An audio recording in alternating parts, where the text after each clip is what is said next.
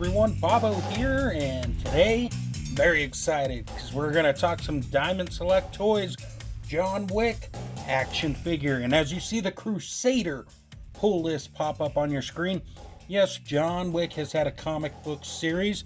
You can go check that out from Dynamite Comics, I believe. I've only read issues 1 and 2. But anyways, back to the Diamond Select figure here. Very excited to be talking about this guy. He's chock full of goodiness, so let's get the show on the road. And let's go ahead and start with the head sculpt here. A very good likeness to Keanu Reeves. Now, I know some people are like, yeah, it doesn't look much like him, blah, blah, blah. It's a $20 figure, or a $25 figure, so it's not meant to look super detailed, but it's detailed enough from the Diamond Select team. It's got all the scars, the blood, the scrapes, the bruises on the John Wick that you see from time to time, and I'm happy with it. As far as the costume, it's a pretty straightforward costume. Black tie, white shirt, black sports coat, black pants, custom tailored with Kevlar and all the fun goody stuff, but I think Diamond Select did a good job with that too. The outfit definitely works for the character, and it definitely works on it in plastic form, and no issues on my end with it whatsoever. As you can see, the tones on the skin work really well.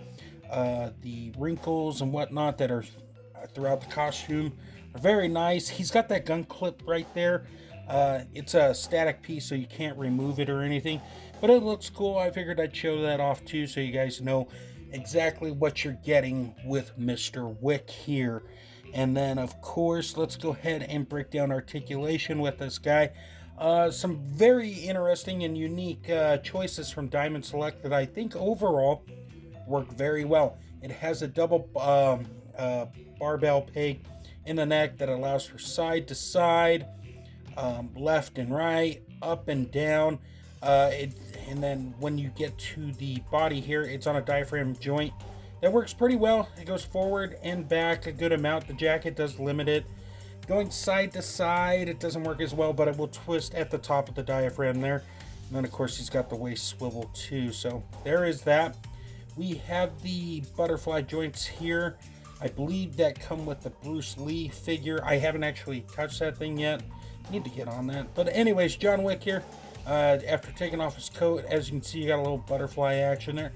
It works pretty good. I mean, I'm not in love with it, but I don't hate it, and I appreciate Diamond Select's approach to try to continue to innovate on their figures, so that's always a plus. Arm goes up and down, in and out. It's got a bicep cut, double bend at the elbow, and then we got a hinge that goes up and down on the trigger hand. He does not have any alternate hands or anything. He's got one trigger hand right there. And then, as you can see, that butterfly joint allows for a little more range of motion. And then on the other hand, we got a hinge that goes down and up like so. And then for the legs, they go out, they go in, forwards and back. You got a thigh cut, double bend at the knee. And then we have the ball peg thing that rotates, the hinge on the foot that goes down and up, and then pivots left and right. So all in all, a good amount of articulation. Let's talk accessories. The first accessories, the Caltech KSG shotgun. I know nothing about guns, so I had to do research on this thing. It looks cool. I've never actually seen somebody use a gun like this before. But John Wick holds it very well. It looks great with that trigger hand and the handle applied at the top. With the articulation, you can get them into those gun poses. Moving on from there, I will say that the detail with the black paint and whatnot look very good. The sculpting's done very well. So I really have no issues with it.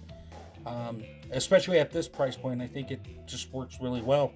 And then our next weapon, if I'm not mistaken, is it's like a sort of assault rifle. I believe it's called the Kohari Arm CA-415. I know nothing about this gun either. It looks cool. It's got a big clip on it. It's got the handle there.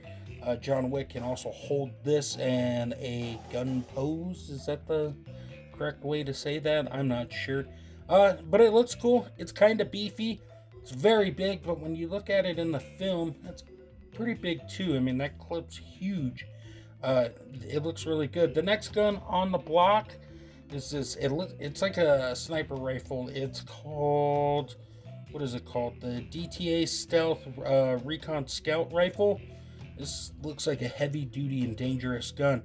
Now, all the guns are molded in black, and then it looks like you got a little bit of dry brushing to kind of bring it out a little more. A very cool gun, very heavy gun. It looks like, you know, it's John Wick. He's gonna mess people up with it. So you got that going for it, which I think is always cool. Now, John Wick's knife here.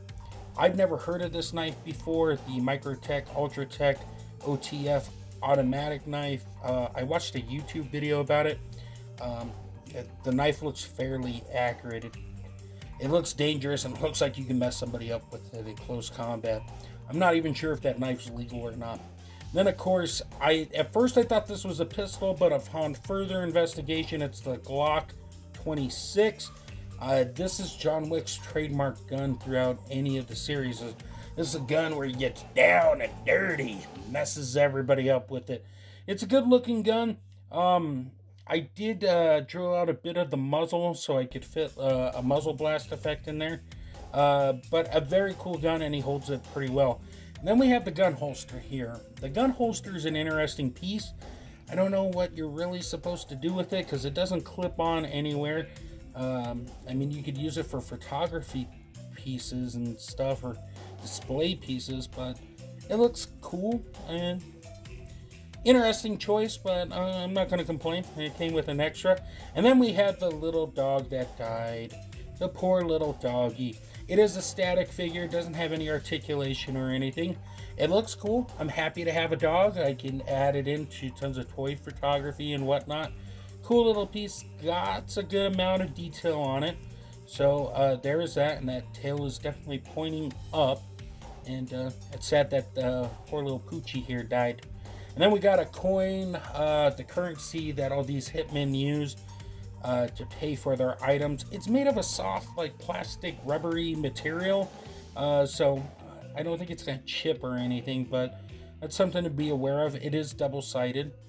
And then for our size comparison, John Wick is a little big, but he will fit in with most other Diamond Select properties. I know some people might find an issue with this, but at the end of the day, you just can't beat the price point on it. So I'm willing to forgive it and look past it because I dig the figure and I dig the character. So that's my take on that. But, you know, you can make it fudge in here. Of course, I got Pulp Fiction and the Dark Tower in there. I just grabbed two of my Diamond Select figures. It was no particular reason, just so you guys can see it. Overall, John Wick is fun. I know this figure's not going to be for everyone. A, because of the scale, and B, because I don't know why some people hate on things like this from Diamond Select. I think they went all out. They tried some new articulation. They made it fun. They gave you a lot of cool accessories, and it's easy on the wallet. So I definitely dig the fact that they did that. Plus, you had a puppy. I know the puppy dies, but it's still cool to have that. And the likeness is there. The sculpting's good. So big A+ for me on that department for my personal taste. But with that being said, thank you guys for stopping by. Check out some of the people who make the show possible. Slideshow at the end. And until next time, everyone, great googly moogly.